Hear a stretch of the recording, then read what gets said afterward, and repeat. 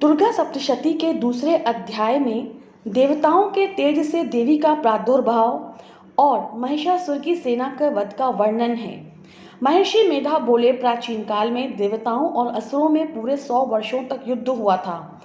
उनमें असुरों का स्वामी महिषासुर था और देवराज इंद्र देवताओं के नायक थे। इस युद्ध में देवताओं की सेना परास्त हो गई थी और इस प्रकार संपूर्ण देवताओं को जीत महिषासुर इंद्र बन बैठा था। युद्ध के पश्चात हारे हुए देवता प्रजापति श्री ब्रह्मा को साथ लेकर उस स्थान पर पहुंचे जहां की भगवान शंकर विराजमान थे। देवताओं ने अपनी हार का सारा वृत्तांत भगवान विष्णु और शंकर जी से कह सुनाया। वह कहने लगे, हे प्रभु, महिषासुर सूर्य, इंद्र, अग्नि, वायु, चंद्रमा, यम, वरुण तथा अन्य देवताओं के सब अधिकार छीनकर सबका अधिष्ठाता स्वयं बन बैठा है। उसने समस्त देवताओं को स्वर्ग से निकाल दिया है। वह मनुष्यों की तरह पृथ्वी पर विचर रहे हैं। दैत्यों की सारी करतूत हमने आपको सुना दी है और आपके शरण में इसीलिए आए हैं कि आप उनके वध का कोई उपाय सोचें। देवताओं की बातें सुनकर भगवान श्री विष्णु और शंकर जी को दैत्यों पर बड़ा गुस्सा आया।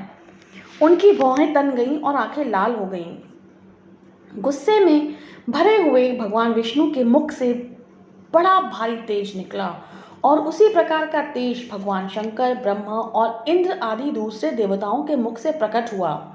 फिर वह सारा तेज मिलकर एक हो गया और तेज का वह पुंज ऐसे दिखता था जैसे कि ज्वालायमान पर्वत हो। देवताओं ने देखा कि उस पर्वत की ज्वाला चारों ओर फैली हुई थी और देवताओं के शरीर से प्रकट हुए तेज की किसी अन्य तेज से तुलना नहीं हो सकती थी। एक स्थान पर इकट्ठा होने पर वह तेज एक देवी के रूप में परिवर्तित हो गया और अपने प्रकाश से तीनों लोकों में व्याप्त जान पड़ा। वह भगवान शंकर का तेज था। उससे देवी का मुख प्रकट हुआ। यमराज के तेज से उसके सिर के बाल बने। भगवान श्री विष्णु के तेज से उनकी भुजाएं बनी। चंद्रमा के तेज से दोनों स्तन और इंद्र के तेज से जंघा और पिंडली तथा पृथ्वी के तेज से नितंब का भाग बना। ब्रह्मा के तेज से दोनों चरण और सूर्य के तेज से उनकी अंगुलियां पैदा हुईं और वसुओं के तेज से हाथों की अंगुलियां और कुबेर के तेज से नासिका बनी। प्रजापति के तेज से उसके दांत और अग्नि के तेज से उनके नेत्र बने। संध्या के तेज से उनकी भौहें और वायु के तेज से उनके कान प्रकट हुए। इस प्रकार उस देवी का प्रादुर्भाव हुआ था। महिषासुर से पराजित देवता उस देवी को देखकर अत्यंत प्रसन्न हुए। भगवान शंकर ने अपने त्रिशूल में से एक त्रिशूल निकालकर उस देवी को दिया और भगवान विष्णु ने अपने चक्र में से एक चक्र निकालकर उस देवी को दिया। वरुण ने देवी को शंख भेंट किया, अग्नि ने इसे शक्ति दी, वायु ने उसे धनुष और बाण दिए। सहस्त्र नेत्र वाले श्री देवराज इंद्र ने उसे वज्र दिया और ऐरावत हाथी का एक घंटा उतार कर देवी को भेंट किया। यमराज ने उसे कालदंड दिया, वरुण ने उसे पाश दिया, प्रजापति ने स्फटिक की माला दी और ब्रह्मा जी ने उसे कमंडल दिया। सूर्य ने देवी के समस्त रोमों में अपनी किरणों का तेज भर दिया। काल ने उसे चमकती हुई ढाल और तलवार दी तथा उज्ज्वल हार और दिव्य वस्त्र उसे भेंट किए और इनके साथ ही उसने दिव्य चूड़ामणि दिया। 2 कुंडल, कंकण, उज्ज्वल अर्धचंद्र, बाहों के लिए बाजूबंद, चरणों के लिए नुपुर, गले के लिए सुंदर हंसनी और अंगुलियों के लिए रत्नों की बनी हुई अंगूठियां उसे दी। विश्वकर्मा ने उनको फरसा दिया और उसके साथ ही कई प्रकार के अस्त्र और अभेद कवच दिए। और इसके अतिरिक्त उसने कभी न कुम्हालने वाले सुंदर कमलों की मालाएं भेंट की। समुद्र ने सुंदर कमल का फूल भेंट किया। हिमालय ने सवारी के लिए सिंह और तरह तरह के रत्न देवी को भेंट किए। यक्षराज कुबेर ने मधु से भरा हुआ पात्र और शेषनाग ने उन्हें बहुमूल्य मणियों से विभूषित नागहार भेंट किया। इसी तरह दूसरे देवताओं ने भी उन्हें आभूषण और अस्त्र देकर उनका सम्मान किया। इसके पश्चात देवी ने उच्च स्वर से गर्जना की।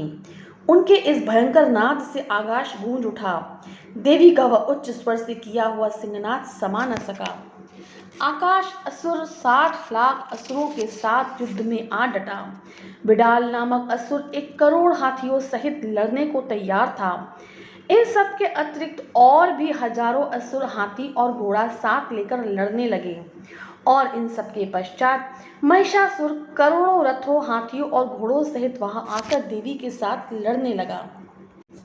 सभी असुर तोमर, बिंदीपाल, शक्ति, मूसल, खड्गों, फरसों, पट्टियों के साथ रणभूमि में देवी के साथ युद्ध करने लगे। कई शक्तियां फेंकने लगे और कोई अन्य शस्त्रादि इनके पश्चात।